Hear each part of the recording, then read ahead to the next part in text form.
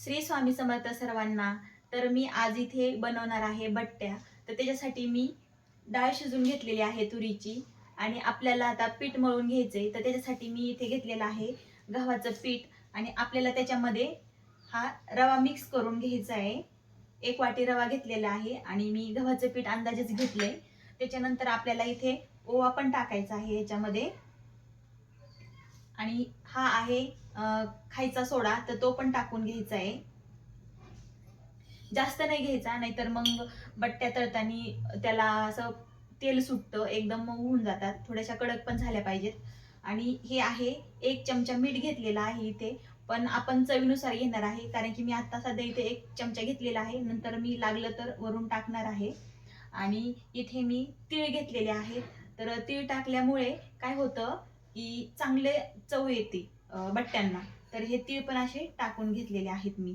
तर आपण इथे काय करू, असं पीठ आहे ना हे पूर्ण असं मिक्स करून घेऊ, म्हणजे सगळीकडे ते मिक्स होईल.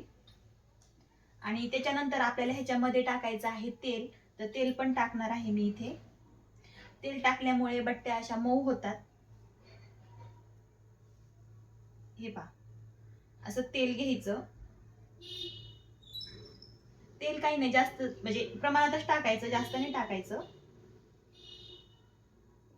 आणि परत आपण हे असं एकत्र मिक्स करून घ्यायचं सगळं दोन्ही हातांनी. त्याचा एक जीव झाला ना, मग त्याची चव छान येते आपल्याला. आणि हे एक मिक्स करून घेतलं की आपल्याला इथे हे पीठ मळून घ्यायचं आहे. तर माझी पद्धत थोडी वेगळी आहे, तर मी तुम्हाला दाखवते ही बट्ट्या करण्याची.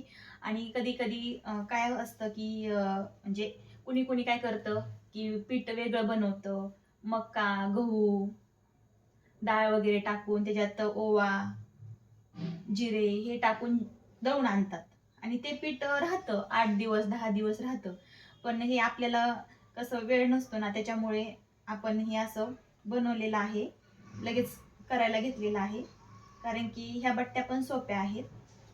तर आपण आता इथे हे पीठ मळून घेऊ चांगलं.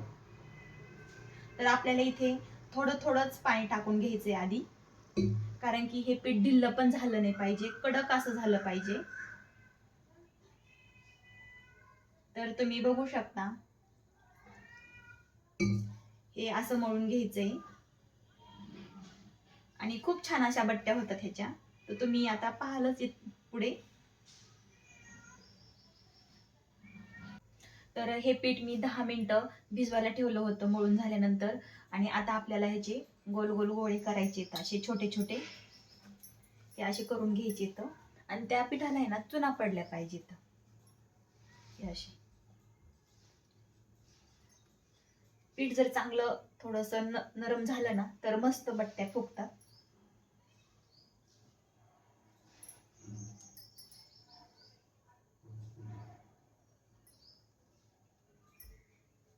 आणि त्याला पूर्ण प्लेन करायचं नाही गोळ्यांना.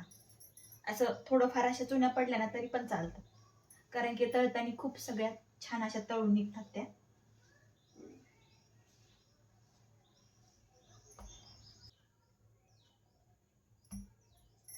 तर असे पूर्ण असे गोळे करून झालेले आहेत. आणि आपल्याला इथे इडली पात्रामध्ये लावायचे आहेत बट्ट्या. तर कोणी कोणी काय करतं, पातेल्यामध्ये उकडतात, म्हणजे पाण्यात पण उकडतात आणि पातेल्यावरती चाळणी ठेवून त्याच्यामध्ये वाफलून घेतात. पण मी आता इकडे इडली पात्रामध्ये लावणार आहे आणि ह्याच्यामध्ये पण खूप छान फुगतात. तर आपण इथे इडली पात्राला आधी तेल लावून घेऊ. असं मस्त तेल लावून घ्यायचं, म्हणजे खाली चिटकत नाहीत त्या.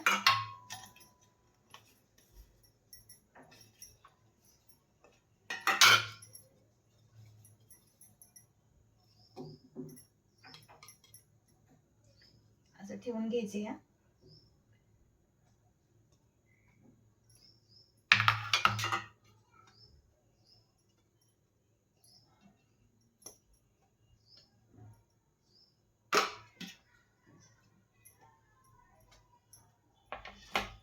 तर हे छोट्या छोट्या खाली ठेवून घेते आणि ह्या मोठ्या मोठ्या खाली ठेवते.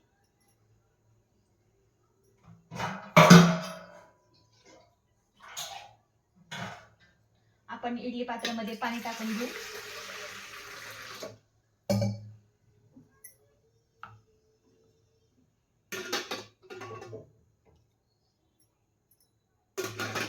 अरे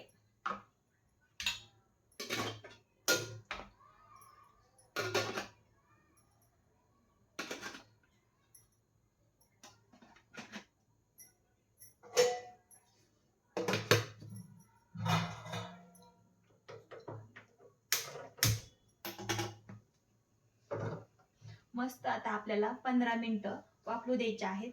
नंतर मी तुम्हाला दाखवणारच आहे कशा फुगलेली आहेत ती. चला तर मग आपण परत पुढील रेसिपी पाहू. इकडे मी वरणाला फोडणी देऊन घेतलेली आहे आणि आपल्या बट्ट्या उकडून झालेल्या आहेत. तर मी तुम्हाला दाखवते. हे पहा, मस्त फुगल्यात. तर हे आपल्याला अशा काढून घ्यायच्या आहेत ताटामध्ये.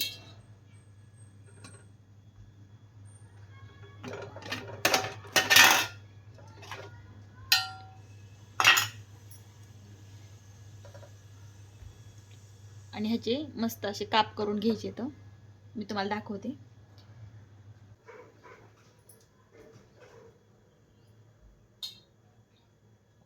तर मी असे काप करून घेतलेले आहेत बट्ट्यांचे. खूप छान आणि पातळ काप करून घ्यायचे. तर हे पहा. आणि मी इकडे ना तेल गरम करायला ठेवलंय. तर आपलं तेल गरम होते, त्याच्यानंतर आपल्याला बट्ट्या तळून घ्यायच्या आहेत. तर आपलं तेल गरम झालेलं आहे. तर मी बट्ट्या टाकून घेते ह्याच्यामध्ये. तेल मी थोडं जास्तच घेतलंय कढईमध्ये, पण मग बट्ट्या पण चांगल्या तळून निघतील.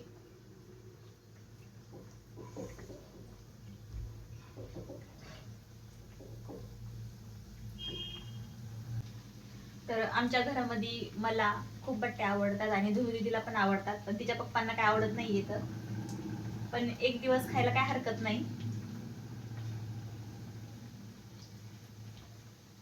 तर मी बटाटा तेलामध्ये टाकल्यात तर खूप खमंग असा वास येतोय.